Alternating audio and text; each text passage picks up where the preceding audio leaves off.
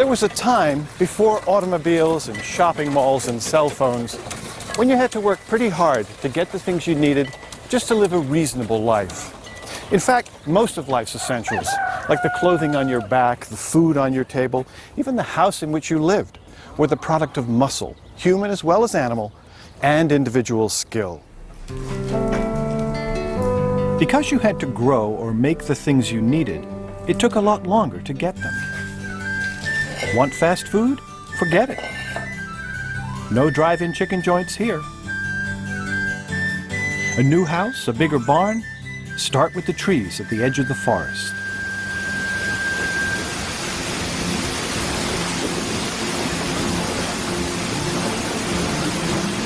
But about 200 years ago, all that began to change with the help of mills.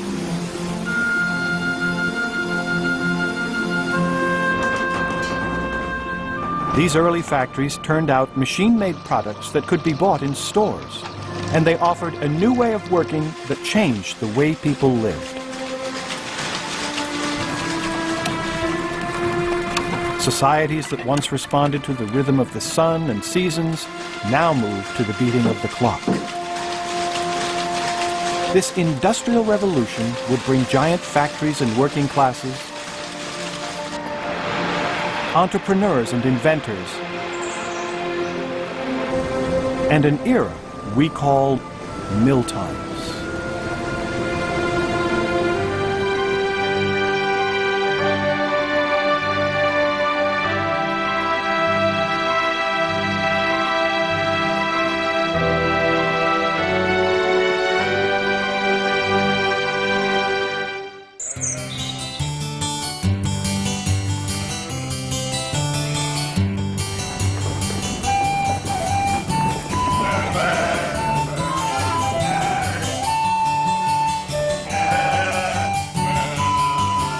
So what did people do 200 years ago if they needed a necessity of life like clothing?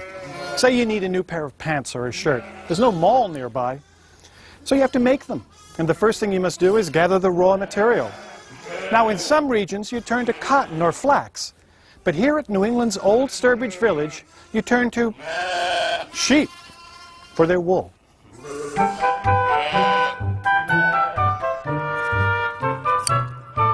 Of course, it wasn't that easy. Sheep shearing was a laborious process for the shearer and the sheep. And then you had to have someone with enough skill to turn all this raw wool into cloth.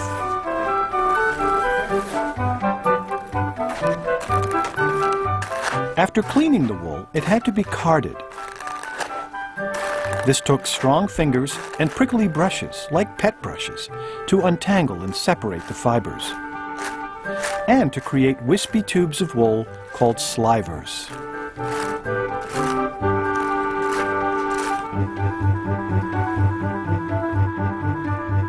You then stretch the slivers into yarn on a spinning wheel.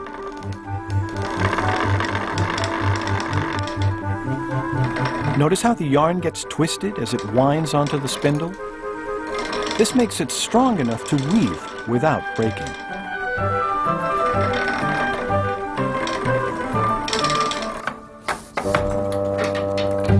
You turn yarn into fabric on a loom, and this is a typical hand loom. Now, weaving was done by both men and women, so I should probably do okay at this. First of all, we have to set up the loom by drawing threads from the warp beam behind the loom across the top to another beam near my feet. The warp threads pass through harnesses, which I can raise or lower by pressing down on these foot pedals, and when I do that, it creates a space between alternating sets of warp threads.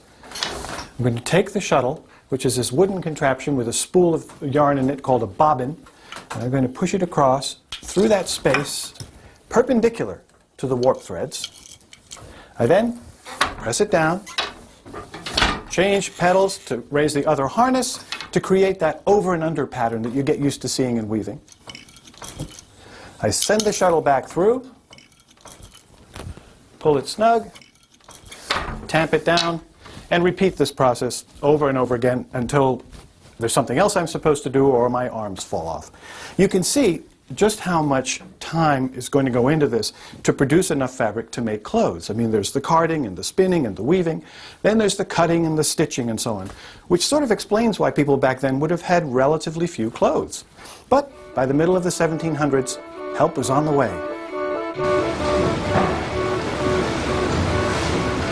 And it began with water-powered machines.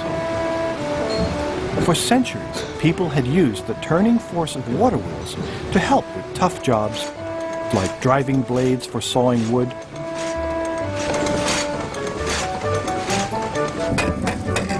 and rotating coarse stones for grinding grain into flour.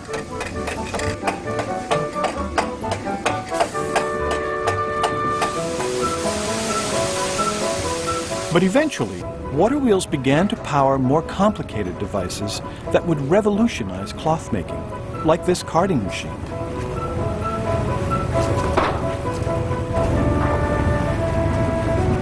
What an improvement over the pet brushes.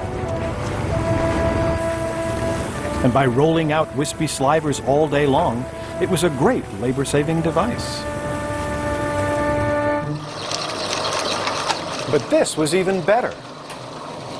I'm standing next to a machine called a water frame. It was created by the famous English inventor Richard Arkwright, this model's from the 1780s, to spin cotton into yarn. Though it looks fairly complex, it really isn't.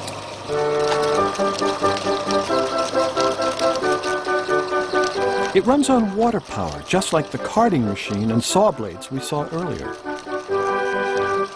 The cotton in the top spools is drawn out by the action of the machine, which twists it nice and tight, and then gathers the yarn onto these bottom spools. It works just like a hand spinning wheel. 96 of them, actually. So it's little wonder that spinning by machine would eventually make spinning by hand obsolete.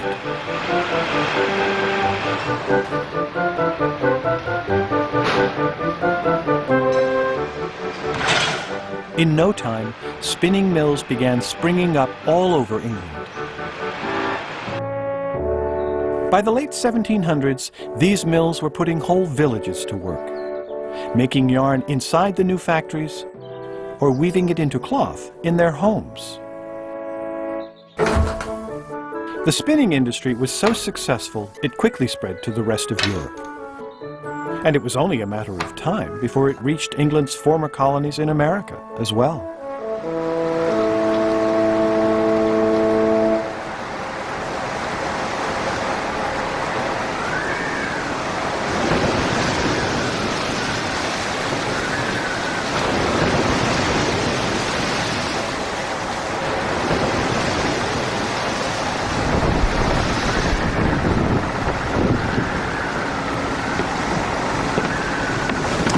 Under the weather, laddie! Shadrach Moore's my name, and you? Priam Huntington. I'm going to America to start my own mill, a thread-making mill. You? Oh, my brother is already in America. A mechanic, like myself. I hope to go into business with him.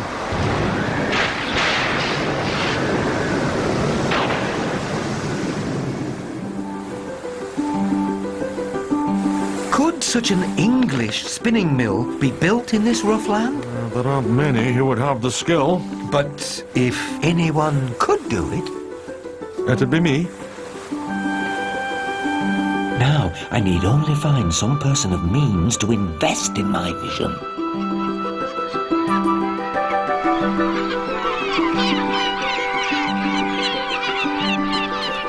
Well, Shadrach, we've still got many more appointments today. Please God, one will show some interest.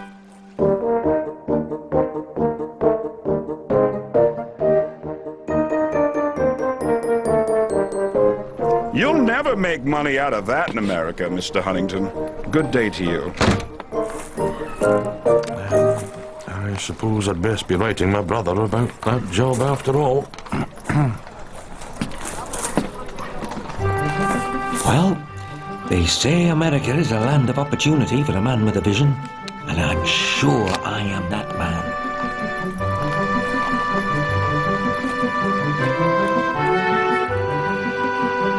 And this breast wheel design, Mr. Gresham, is ideally suited to the rivers hereabouts. And this spot on the Blackstone River would be perfect. Perhaps. I know little of these thread-making mills. I am certain a mill such as this will be profitable in no time. I like a man with vision. Evidently, so does my daughter Elizabeth. It seems that you've gained both our interests. You will dine with us tonight? I would be honored, sir. Shadrach! Shadrach! Good news! Very good news! We have an investor! I hope you'll not be disappointed. Oh, I'm certain we'll succeed.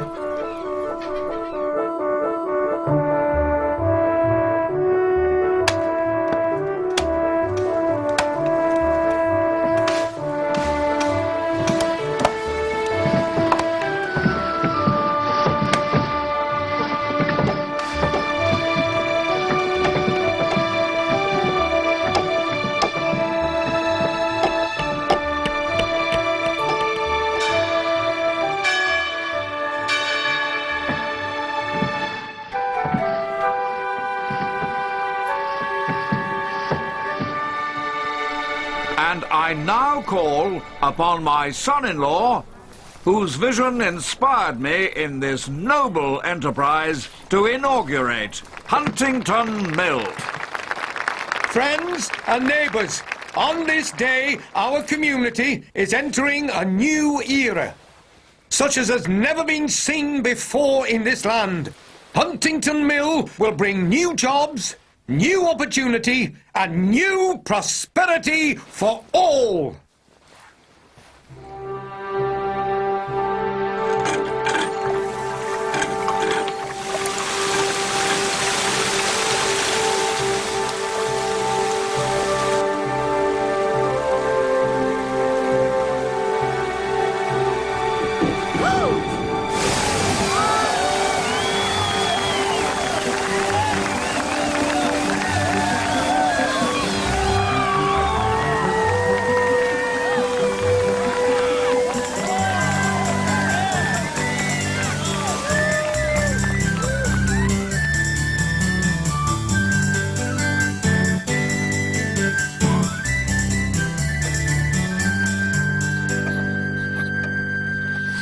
Dear Father, Priam has accomplished a great deal with your support. The local people are quite taken with the new mill. Even Mary Methuen, who was one of the best hand spinners in the area, has come. She now runs the boarding house for the men who work in the mill. Each spinning frame produces as much yarn in a day as 50 hand spinners. Priam is already taking orders from Boston. All in the community are doing better because of our mill. Before they dammed the river for the mill, we had all the fish we needed. Now the salmon are blocked from swimming upstream to spawn. I say we just chop up the dam and be done with it.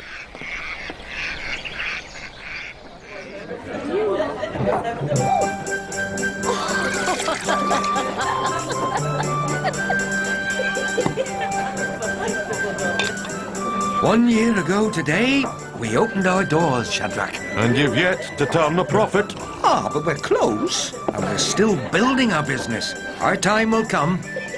Did you see this? What's this embargo all about? No British goods to be sold here. And this embargo was your idea, I suppose. No, but with people not able to buy English yarn, now they'll have to buy ours. Another drink? Perhaps a wee dram, just to warm the innards.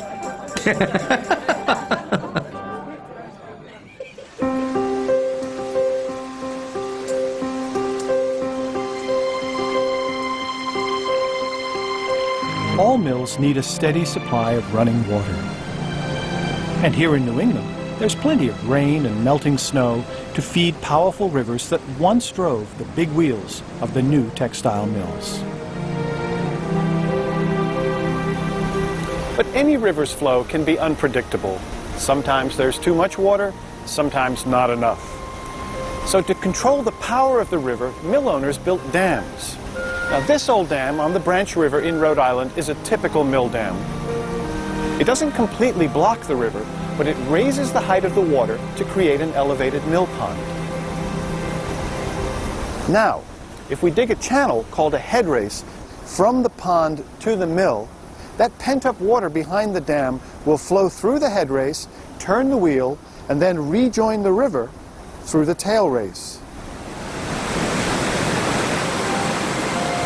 So dams and their ponds acted like storage tanks for the H2O fuel the water wheel engines ran on.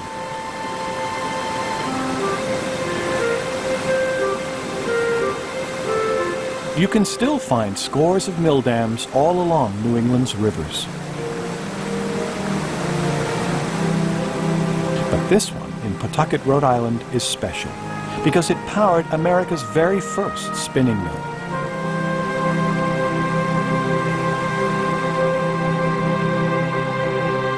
Legend has it that in 1789, a young entrepreneur named Samuel Slater defied the laws of England by supervising the construction of English-style cotton spinning machinery at the mill in Pawtucket.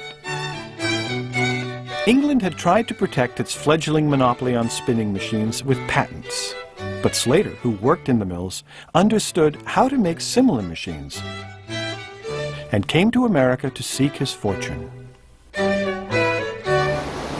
Other Rhode Island mills quickly followed Slater's successful venture, including the picturesque Wilkinson Mill right next door, which houses a beautifully restored water wheel and gives us a pretty good idea of how a power train actually works. At the Wilkinson Mill, water from the head race flows into a wheelhouse, where it steadily turns the big water wheel. The wheel is connected to revolving metal gears. And as the gears turn in rhythm with the wheel, they rotate a vertical pole called the main shaft. The main shaft rises through the ceiling and extends all the way to the top of the building.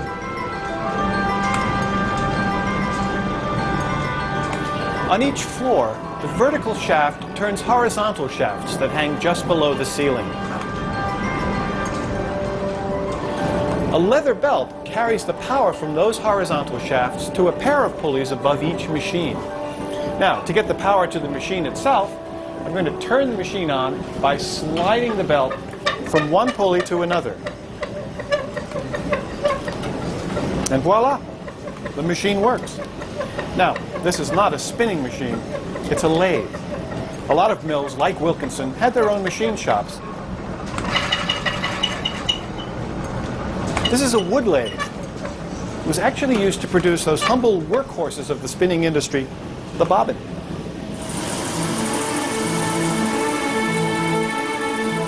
Yarn from the spinning machines was spooled onto bobbins. And in the beginning, that's all the textile mills produced, yarn. But by the 1820s, inventors had finally figured out how to make machines that could take all those spools of yarn and weave them into cloth.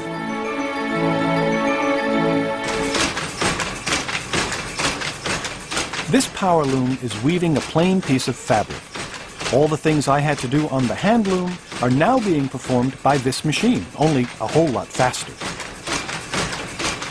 In fact, the wooden shuttle I threw by hand whips its thread back and forth so quickly, we have to slow down the action for you to see it.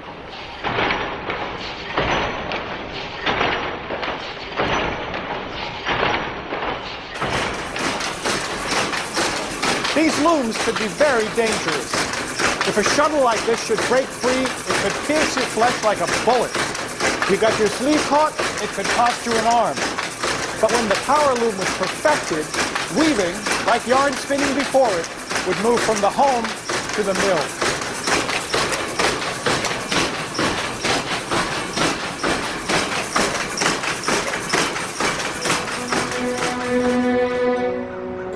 Many newer mills became huge as owners sought greater profits by bringing carding, spinning, and weaving all under the same roof.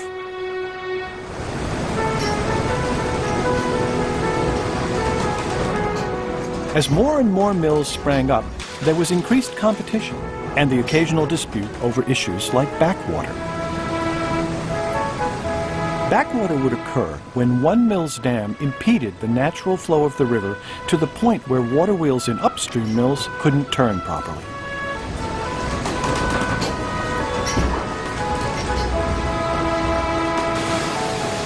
Because water was so valuable as fuel, clashes over water rights were common. But with the demand for machine-made textiles soaring, it looked like everyone's profits would just keep flowing.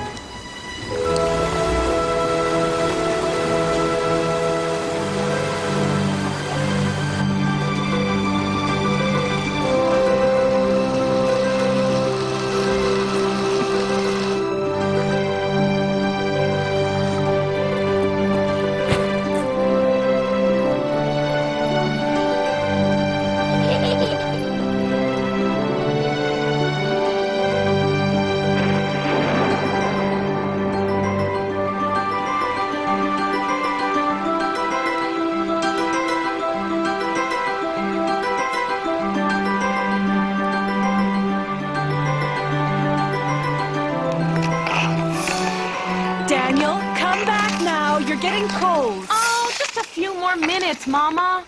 So determined, just like his father. What's that?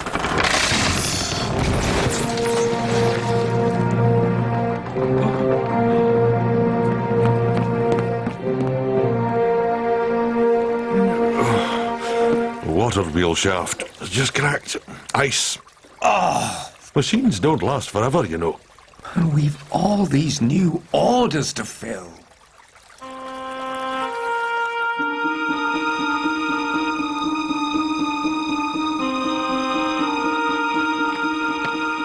the time you get the thing going again, will we still have customers? And what will these repairs cost, dare I ask? Well, it shouldn't be cheap, I dare say.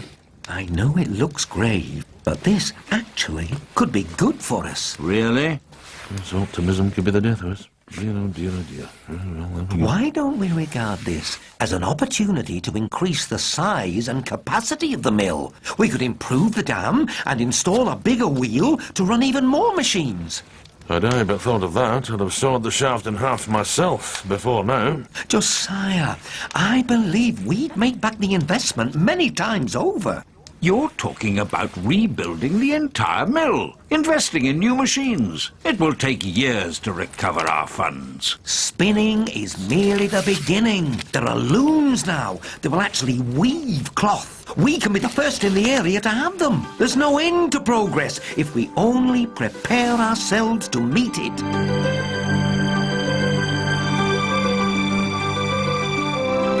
The mill established by my father and grandfather is much larger now. For some time, I have helped in running the business. Shadrach has now brought in his nephew, Zachary, to help him with the machinery. The new mechanical looms can be temperamental. I hope it holds together. As is Shadrach when they don't function as they should. Zach is doing a fine job in the mill. So is Mary Methuen young niece, Sarah. I do believe Zach has taken a fancy to her. She came last year after her parents died. She started as a bobbin girl and progressed quickly into one of our best weavers. She even finds time to help Mary at the boarding house. In fact, everything in our little community has been going splendidly. But now... Aye, we're up against it now, laddies. Oh, Shadrach, you are always gloomy. But today there's a real reason for gloom. And so I give you Northgate Mill.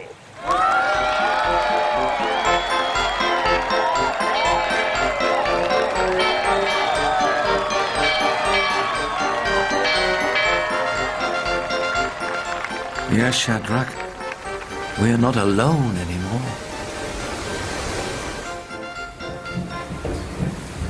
The new mill's dam has created backwater. The wheel cannot turn freely, and none of our machines can operate properly. It's intolerable. And they've twice the workers we have. They've no right. People have a right to work, Daniel. And a right to steal away our business? And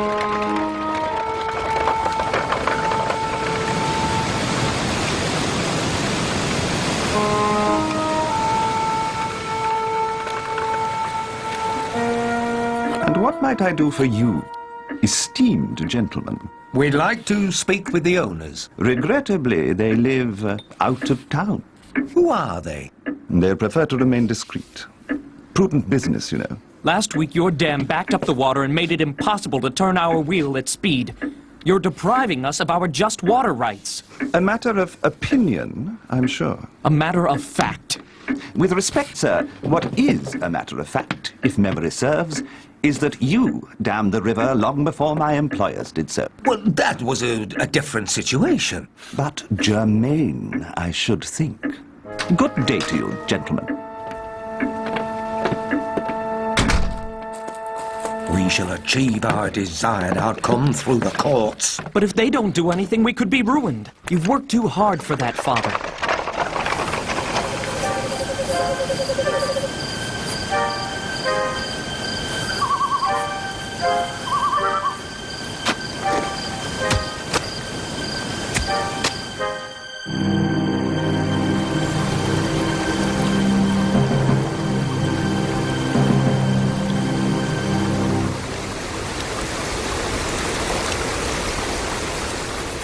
It should be remembered that when you built your mill, some of the farmers complained about your dam and what it was doing to their fishing. But our mill brought jobs to this community. And Northgate Mill brings even more. You will pay full restitution to the Northgate owners to rebuild their dam. But wait a moment! This isn't fair! After all the work we've done, and... You two have done enough damage as it is. And I expect both parties to meet and work out an arrangement to use the river for everyone's benefit. I expect to see a report to that effect in 30 days. Court is adjourned.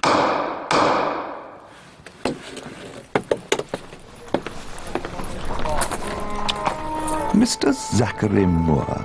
Yes, sir? I've heard you're mechanically minded and get the most out of your workers.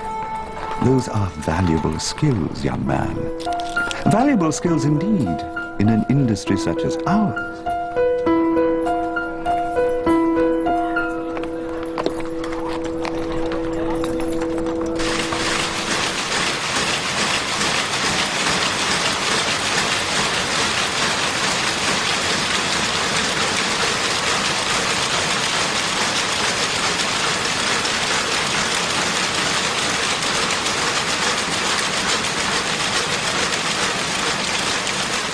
This huge room would have been fairly typical of weaving floors in the big textile mills of the 19th century. As mills grew larger, some of them changed, from businesses that could be managed by 1 or 2 people and a small workforce, to a factory system with hundreds of workers and scores of managers, overseers, and accountants. The biggest problem for the biggest mills, like Boot Mill here in Lowell, Massachusetts, was finding enough workers to run the machinery. In the early 19th century, 9 out of 10 Americans still lived on farms and had no experience with mill work.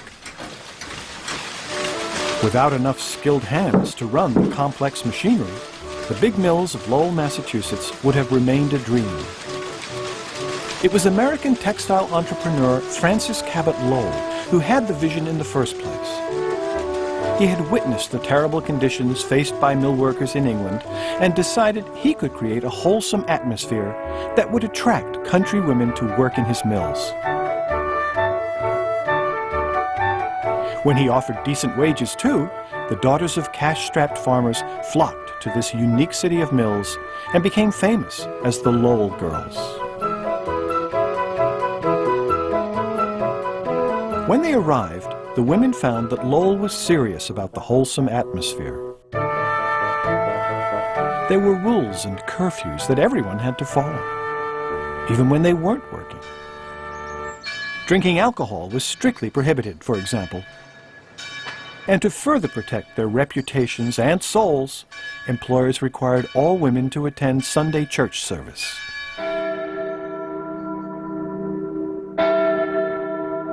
All other times, bells called the women to work. Their day would last 12 to 13 hours or more.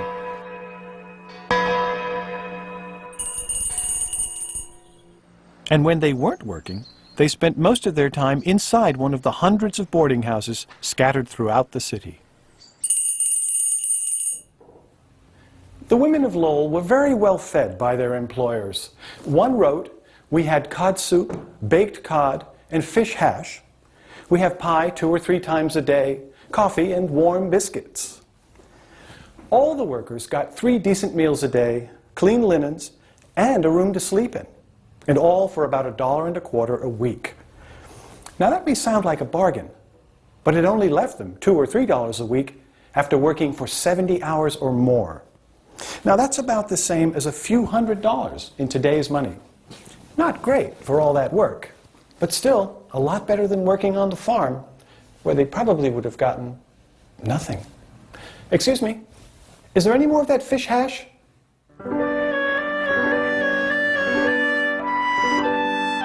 The young women lived in cramped rooms with 2 or 3 beds to a room. Sharing beds wasn't too bad, considering they often slept in worse conditions back home.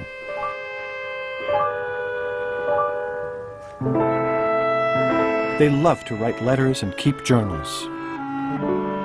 Complaints about rodents, the communal outhouse, and a lack of privacy were common. But most women clearly liked the boarding house life and the excitement of the city, especially on Sundays, their one day off.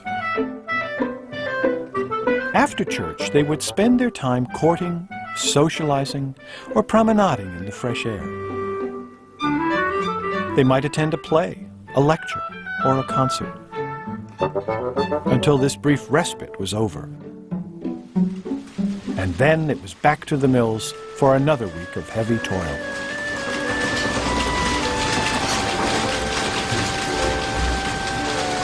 The work at Lowell was fast-paced and strenuous.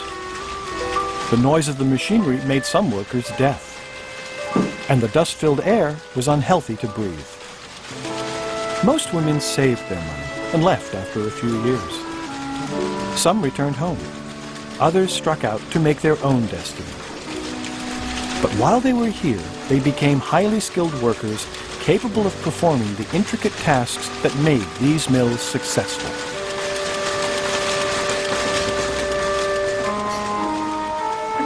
I'm so pleased you've elected to join us here at Northgate. You will be an overseer with many responsibilities and opportunities. Just sign here, Mr. Moore. It was a difficult decision moving over to Northgate Mill. With Uncle Shadrach and old Mr. Huntington passed on to their rewards, and Daniel unwilling to take on the cost of expanding, I feel that I have no choice. You'll be very happy here, I'm sure.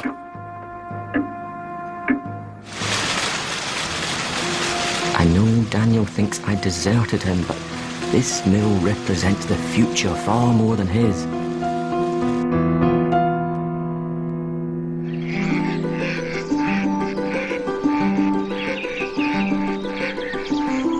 Someday, perhaps, I could even own my own mill. That would be splendid, Mr. Moore. Please, call me Zachary, or even just Zach if you prefer. What about you, Miss Methuen? Sarah? And of what do you dream? I've never found dreaming a particularly productive activity. Go on, tell him, Sarah. If you must know, I'd love to own a small shop someday. Perhaps sell hats. Oh, I shouldn't have told you. Come over to Northgate, Sarah. I've told them about you. They pay good cash wages. You can begin saving for your shop.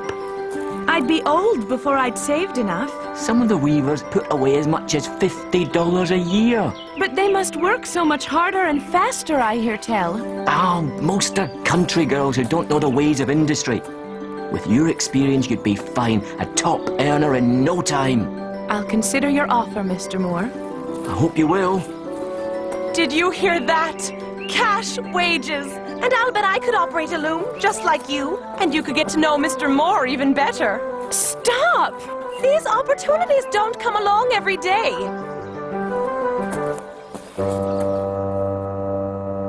I'm sorry, Mary, but I won't make an exception. If Sarah no longer works in my mill, she no longer lives in my boarding house. Now, Sarah, you don't have to worry about me. Northgate's a good opportunity. And it's not like you're moving far away. There are nice families you can live with there, and we still see each other on Sundays. But Aunt Mary... No buts.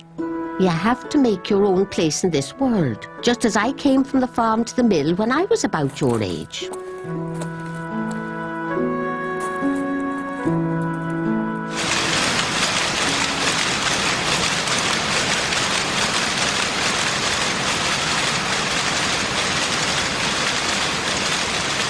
The market is glutted and prices continue to fall. We are being forced to sell our cloth for less. Therefore, we must find ways to be more productive and lower costs. Well, everyone is working diligently. Perhaps costs could be cut by having each girl tend 3 machines instead of 2. That may be hard on some of the girls. Well, since each weaver will be producing more cloth, at least they can make more money on their piece rate. I've already considered that point. Since each weaver will be producing more cloth, we can lower the piece rate, and they can still earn the same as before, if they can keep up.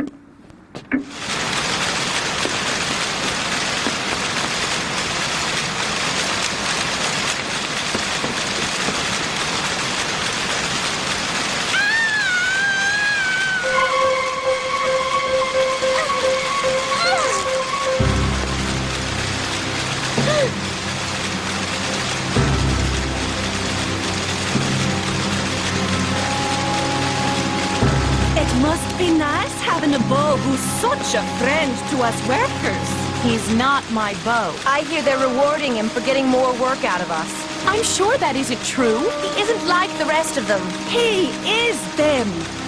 Then we'll have to fight for ourselves. And don't forget to tell them about what nearly happened when your bobbin girl's apron got caught. She could have been killed, Sarah. It's just not safe. We, the undersigned, considering ourselves wronged and our privileges invaded by our unjust and unreasonable lowering of our wages, do hereby mutually and cheerfully engage not to enter the factory after Monday next for the purpose of work until such time as our grievances are addressed. Intolerable! Someone must have put them up to this. You're known to have your eye on Sarah Methuen. It must have been you. It was not.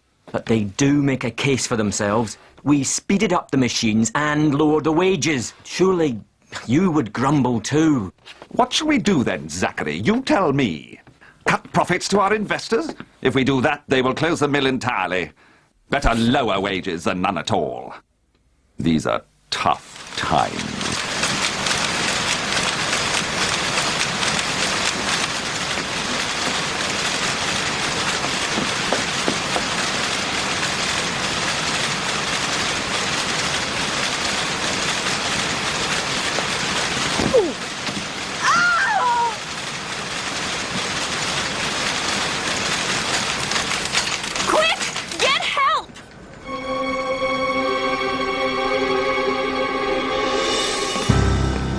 Could have been any of us. I'm leaving. I'll find work somewhere else. Me too. No, none of us should have to leave. And if one or two of us do, they can easily replace us. But not if we all stand together.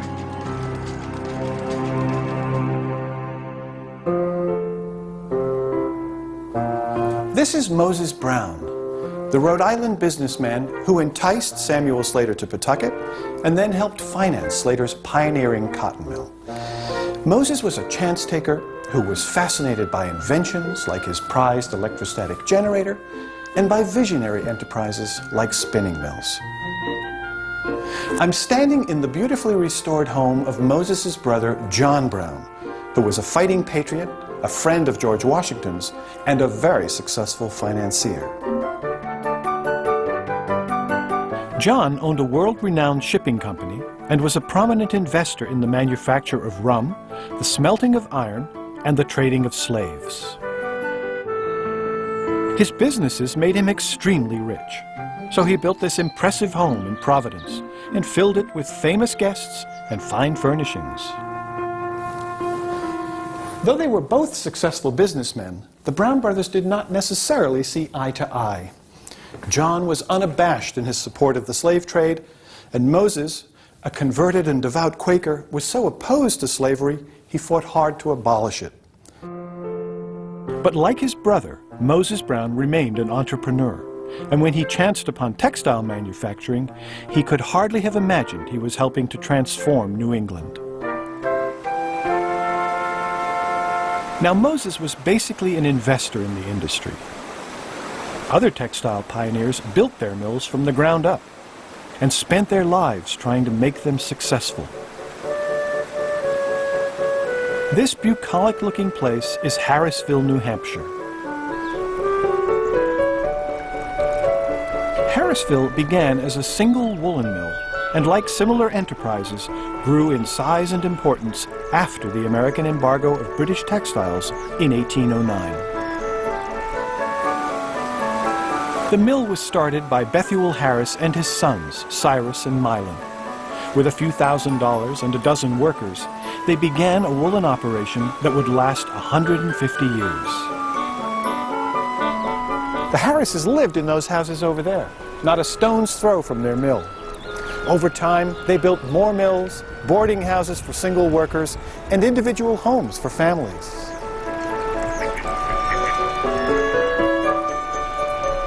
Milan Harris even built this schoolhouse for the workers' children, which, unfortunately, was very cold in the winter. Rather than repair the drafty schoolhouse, he stuffed wool, which he had plenty of, into the cracks in the floors. The result was that the teachers and kids nearly froze, and Milan was chastised by state authorities for running one of the worst schools in New Hampshire. But the Harrises were not mean or greedy, and treated their workers fairly when they could afford to. For unlike rich owners, the Harrises were completely dependent on the fortunes of their mill. They personally fixed machinery, fought icy wheels, hired and fired workers, sweated over accounts, and hustled for business. If prices fell or labor costs rose or natural disasters struck, their enterprise could fail instantly. And without the deep pockets of rich mill owners, the Harrises were never far from financial ruin. But with equal parts luck and hard work, the Harrises made it, becoming country comfortable rather than Brown family rich. And for mill owners like the Harrises, that was enough. Now, not all New England textile mills succeeded, but the big cotton mills generally did very well, because the American South was an excellent source of cheap slave-grown cotton and an even better market for machine-made cloth. Abolitionist Senator Charles Sumner railed against the conspiracy between the Lords of the Lash in the South and the Lords of the Loom in the North. Thinking that Sumner had equated them with slaves, Lowell's workers passionately declared themselves the daughters of freemen. But mill workers could be treated very unfairly, especially when demand fell and prices dropped. Owners could cut wages, increase hours, or speed up production, all in an effort to maintain profits. On rare occasions, workers fought back by turning out or going on strike. But then, as now, such tactics could be very risky for both sides.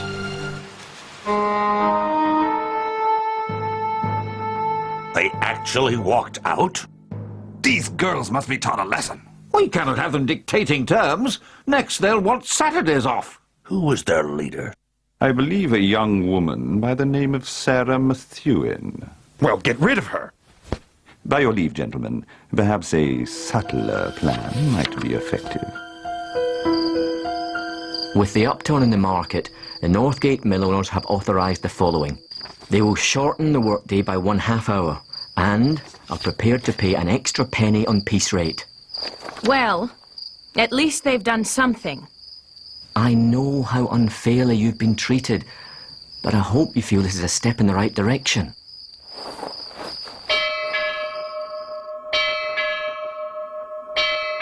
If the workers wish to consider this a victory, that is a fortuitous turn of affairs. A happy worker is a productive worker. But now, Raymond, I think it would be prudent to deliver a timely message. Begin training the new girls from the carding room to work the looms. They're not nearly as experienced. But more desperate for employment, I should think. And they can be taught to work the looms far easier than the others can be taught not to be troublesome. We must regard our workers as part of a machine. If one part abrades, the rest can be damaged.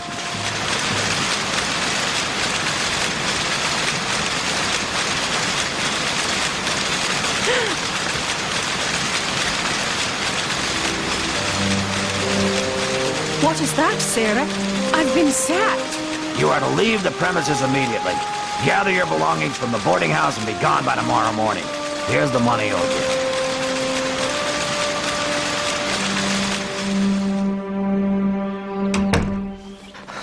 Sarah, I heard what happened. I'm sure you did. It's not the way you think. Where will you go? My aunt is frail. She needs help with the boarding house. Mr. Daniel has kindly permitted me to return. Daniel's mill has no future, and neither does the boarding house. You can't be thinking of... I can be thinking anything I please in this free country, Mr. Moore. It is the one thing I do that cannot be regulated. Sarah, you must believe I knew nothing about this. And why should I believe you this time after all? Because when I found out, I quit. I've saved some money and I want to go west. I hear there's a great opportunity out there for a man who's not afraid to be industrious.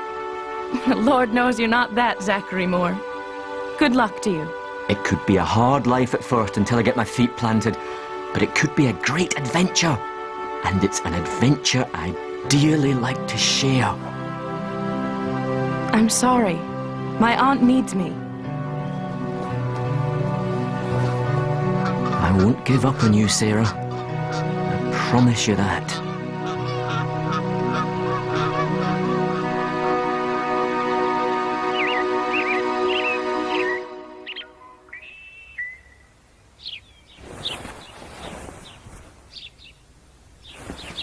Sarah! This came for you, Sarah. All the way from California.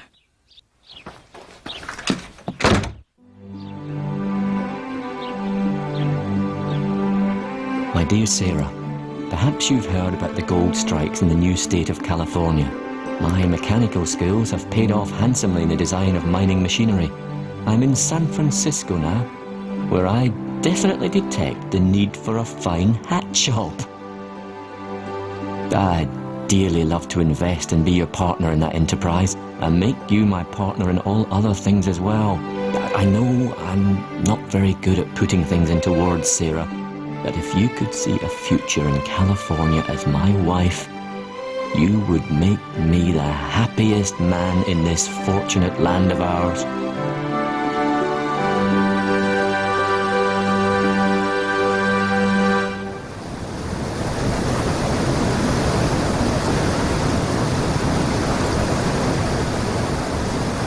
Benchley has been on the brink of another disaster.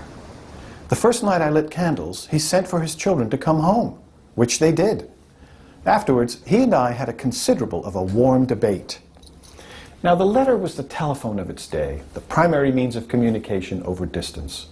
And this letter from Samuel Slater shows his annoyance with a parent named Benchley, who kept his children from working in the mill even after Slater had lit extra candles so they could see in the dark.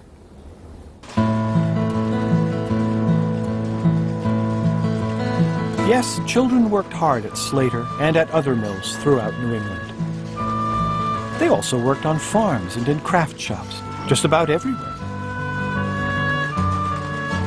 Few children had the luxury of going to school full-time. And working in the mills at least meant a decent place to eat and sleep. Slater appreciated his younger workers. What he complained about were their overly protective parents and the fickle adult workers who were constantly leaving him to work in other mills. He was also unhappy about his personal fortune. Though he ran a successful mill that bore his name, he was not the majority owner and felt he could do better with his own venture. So in 1806, he built a new mill complex and proudly named it Slatersville.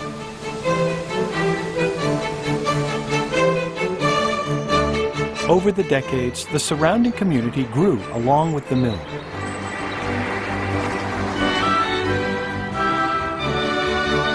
And by mid-century, the Slater family had built 2 additional mills and installed steam engines to help power the machinery.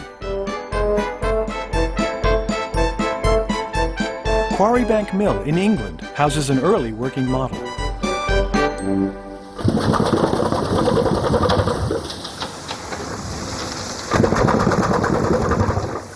This remarkable contraption is an old steam engine.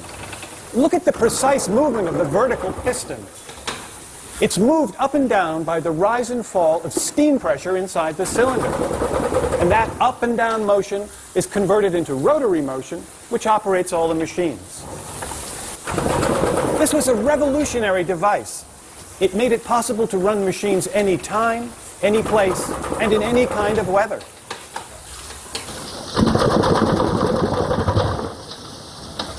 Over the years, operators used both steam power and water power.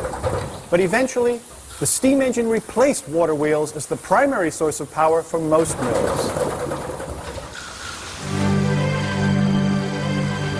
With steam engines to run machinery, mills no longer had to be located near rivers. And once freed from the river, the stage was set for the demise of the New England mill.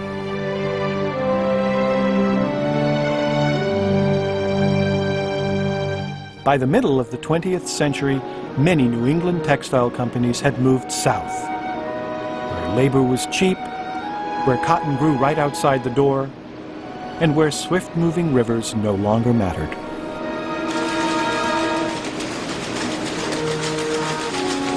In more recent decades, the industry has moved to even cheaper labor markets in Asia and the Pacific.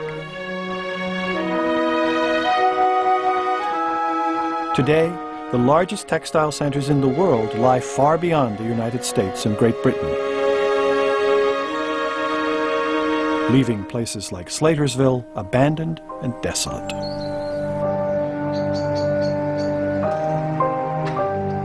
In England and New England, the textile industry is only a shadow of the enterprise it once was, and many old mills are now rotting from neglect or completely gone.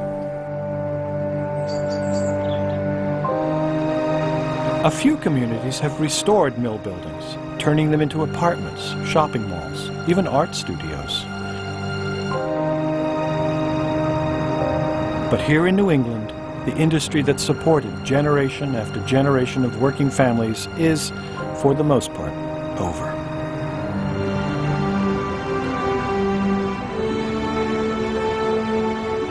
At their height, mills were criticized for bringing a decline in craftsmanship and a machine-like regimentation to the workplace. But they created enormous benefits as well. As anchors for cities, as innovators of new technologies, they put vast numbers of people to work and brought affordable products to consumers everywhere. For better or worse, mills have shaped our world and the way we live as surely as any force in history.